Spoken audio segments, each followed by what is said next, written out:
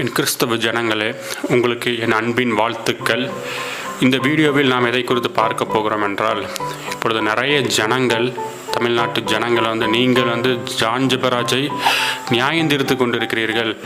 இவர்கள் குற்றவாளி என்று சொல்லி நியாயந்தீர்த்து கொண்டிருக்கிறீர்கள். நிறைய ஊழியக்காரர்களை, பால் தினகரன், மோகன் சிலாசரஸ், இவர்களெல்லாம் கள்ள ஊழியர்கள் என்று நீங்கள் கூறி நீங்கள் நியாயந்தீர்த்து கொண்டிருக்கிறீர்கள். நீங்கள் தேவனுக்கு விரோதமாக செல்லுகிறீர்கள் என்று எங்களை பார்த்து அவர்கள் கூறிக்கொண்டிருக்கிறார்கள். அவர்களுக்கான வீடியோ பதிவு தான் இது.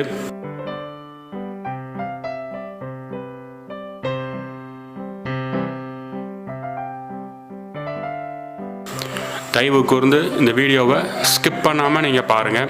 பார்த்து தேவ ஆசீர்வாதத்தை பெற்றுக்கொள்ளுங்கள். வேத வசனத்தின் ஆழத்தை புரிந்து கொள்ளுங்கள். ஆழத்தை புரிந்து கொள்ளாமல் ஒரு வசனத்தை ஒரு பிளைண்டாக வாசித்துவிட்டு தவறாக நடத்தப்பட்டு விடாதீர்கள் என்பதற்கான பதிவு தான் இது. எடுத்துக்கொள்ளுங்கள் வசனம் ரோமன்ஸ் 2:1. ஆகையால் மற்றவர்களை குற்றவாளியாக தீர்க்கிறவனே, நீ யாரானாலும் சரிபோக்கு சொல்ல உனக்கு இடமில்லை.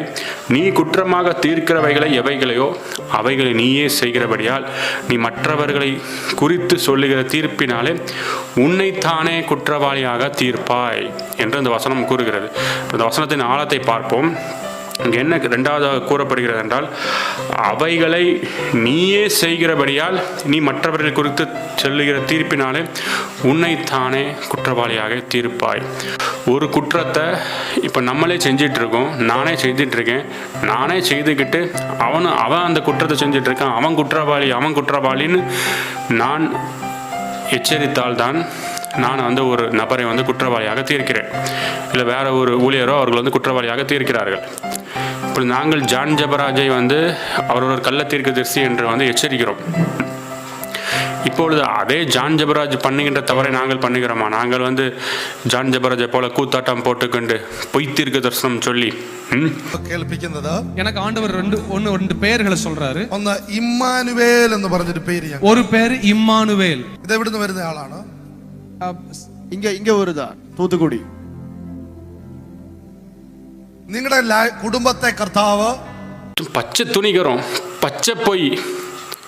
உன் பெயரை பார்த்தேன், உன் பெயர் இதுதான், உன் பெயர் அதுதான்.